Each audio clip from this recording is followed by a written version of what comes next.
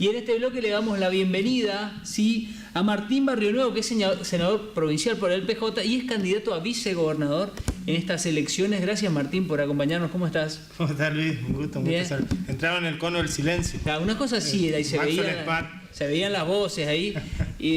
Bueno, estás en pleno momento de campaña con este anuncio de candidatos.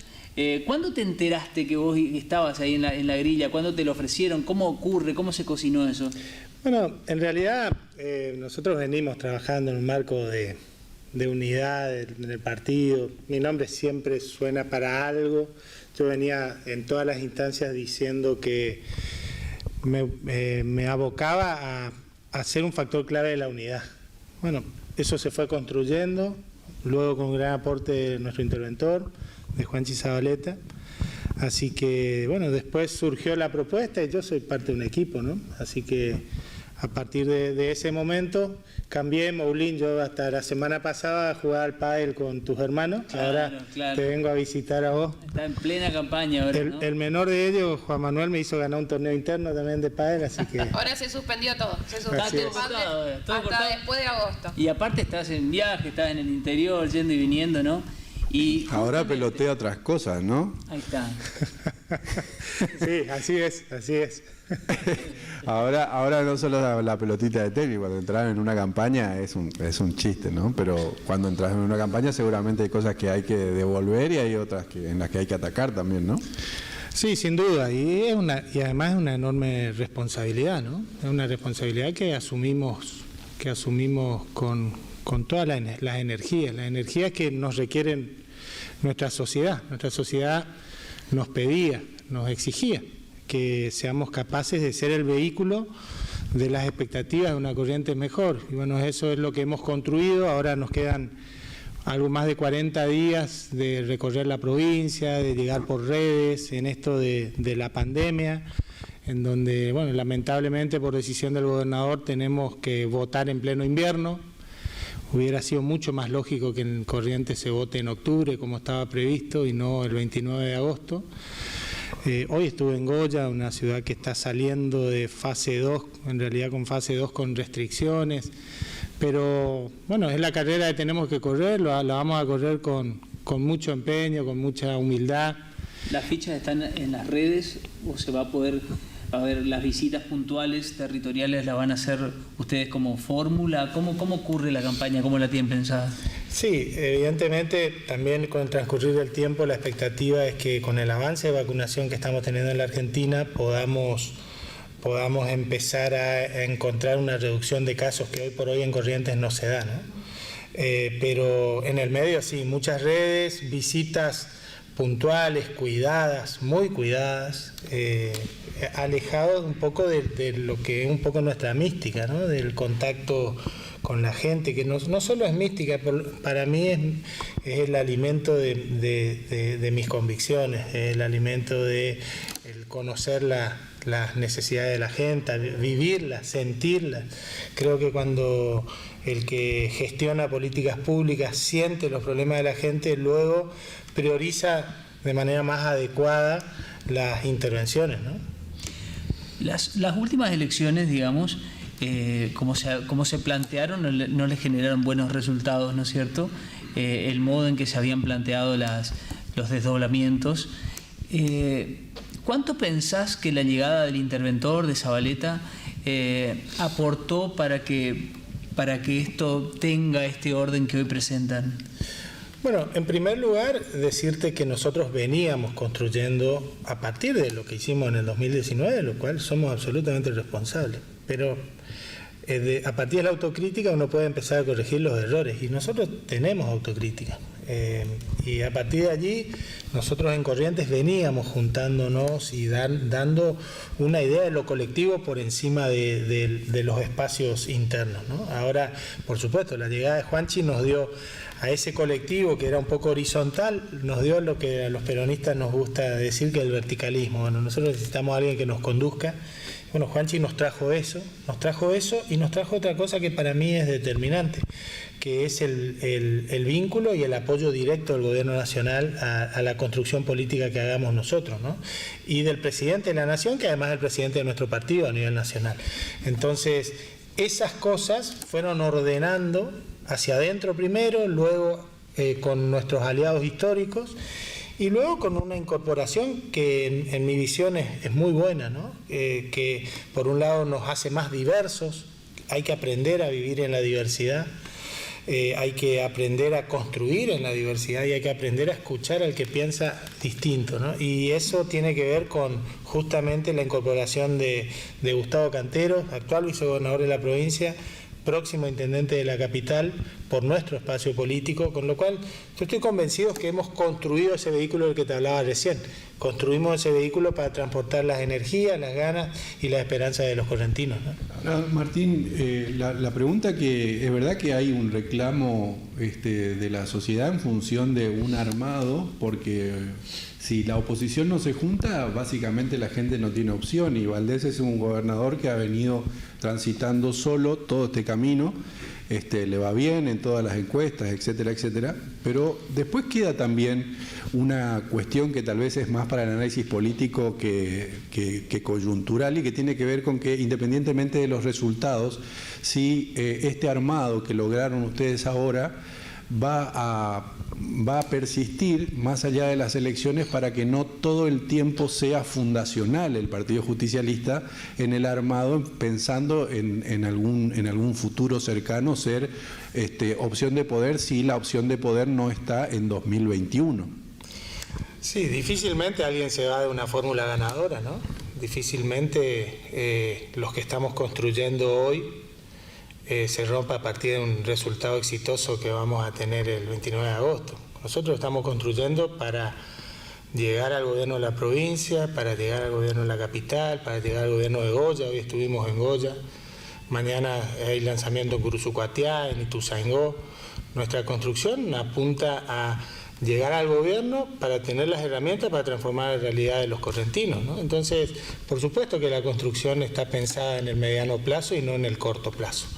Y me parece que en ese sentido estamos avanzando, ¿no? Yo no tengo dudas de que vamos no solo a mantenerla, sino a consolidarla en el tiempo, sobre todo porque no estoy convencido que nos va a ir muy bien en estas elecciones. Es cierto lo de los tiempos, es cierto también que todo es nuevo, ¿no? Y yo no tengo dudas de que la gente tenía otra agenda en la cabeza. Tenía la agenda de la pandemia por un lado, la agenda de la situación económica en el marco de la pandemia, situación económica de la que el gobierno de la provincia estuvo absolutamente ausente.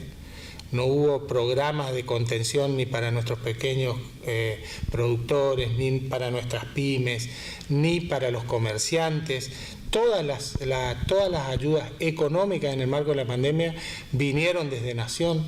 No hubo apoyo al sector gastronómico, no hubo apoyo al sector de turismo, con lo cual la agenda de nuestra gente era otra.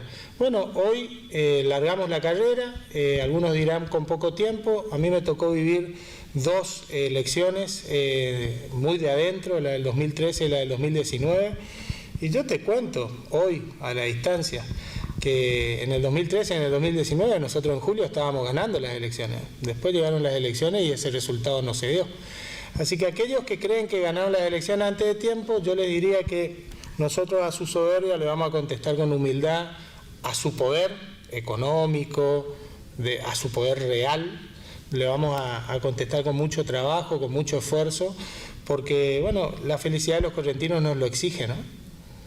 Y ahora, Martín, vos que sos un emergente de eso también, independientemente de tu trabajo técnico, de esto ya hablamos alguna vez, que tiene que ver con que tu trabajo técnico después se viabilizó a través de las redes sociales, y a partir del análisis de la pandemia tuviste una repercusión nacional, incluso internacional, que te hizo muy visible, y que yo creo que también un poco explica, no sé si acelerado o no, pero que tu nombre esté, o que en el Partido Justicialista hayan ido muy rápidamente por tu nombre para estar en una fórmula. La pregunta es si vos creés que, más allá del contacto que plantea siempre el PJ como una estrategia de campaña, las redes también van a masificar por ahí un mensaje que sería mucho más difícil en la presencialidad. Sí, sin duda que sí. Las redes van a ser un factor clave, ¿no?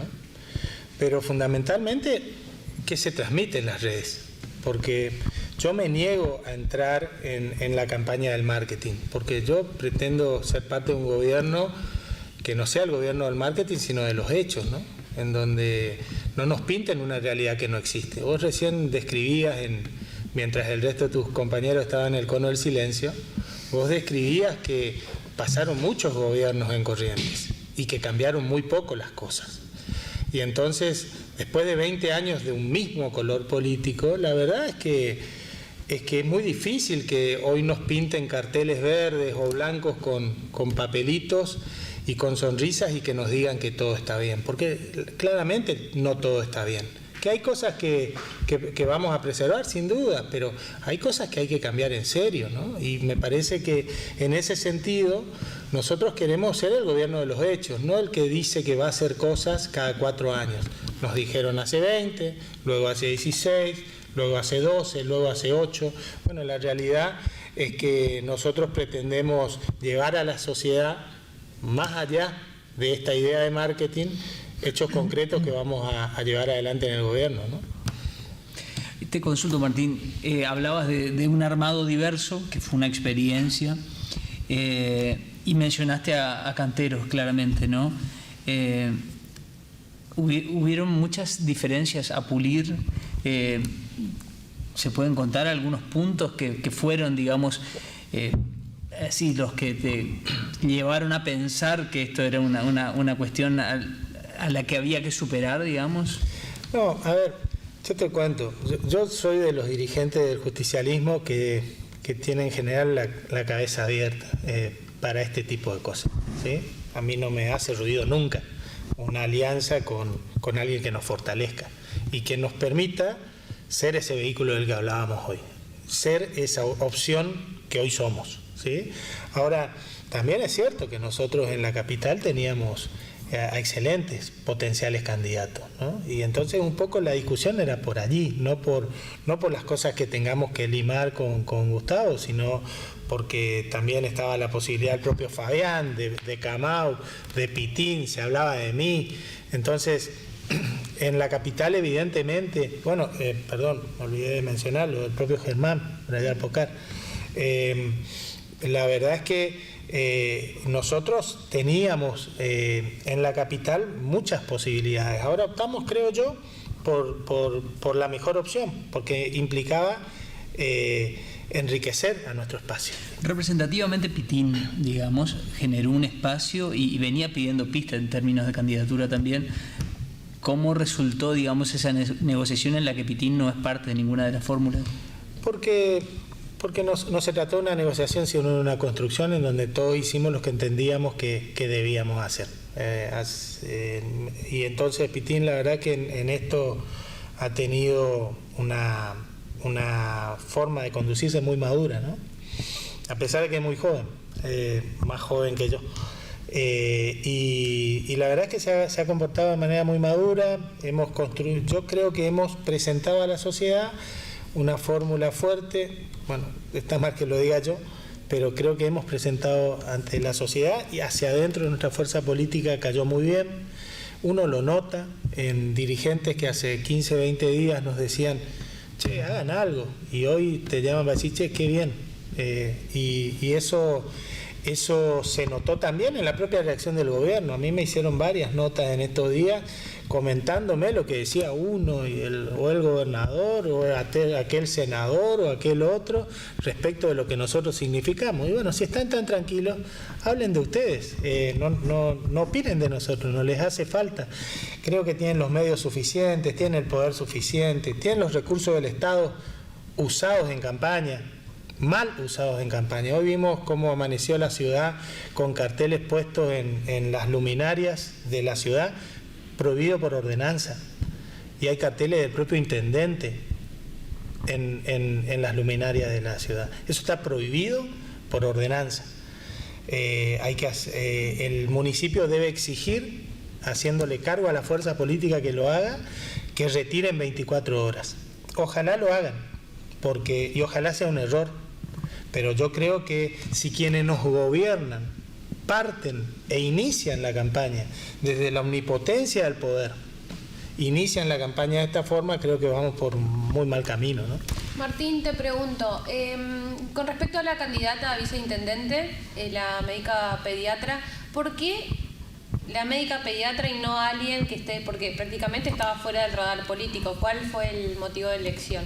Bueno, Timo la verdad es que tiene un compromiso que lo demostró, trabajó en la gestión nuestra con Camau, ella fue subsecretaria de Salud, trabaja en el área de salud, en hospitales, es pediatra, y la verdad que el contexto de pandemia nos ha demostrado, y todos hemos puesto en valor la implicancia de la salud. Muchas veces, en otros tiempos, pareciera que eran otras cosas las importantes, ¿no? Y la verdad es que está claro que la pandemia, una de las cosas que nos puso en el eje, no es la única, yo te diría, aquellas grandes cosas que por allí quedan disipadas en el debate público. Salud, cuánto hablamos de educación y qué bien nos hace hablar de educación, cuánto hablamos de ciencia y tecnología. Hoy se aprobó en la Argentina, en Rusia, en el Instituto Gamaleya, se aprobó la partida de Sputnik V que se produjo en la Argentina, ciencia y tecnología. Argentina, uno de los 10 países que produce vacunas a nivel global. Entonces, me parece que es claro y es muy relevante el aporte que puede hacer Timo, no solo en la campaña, sino fundamentalmente en la gestión, ¿no?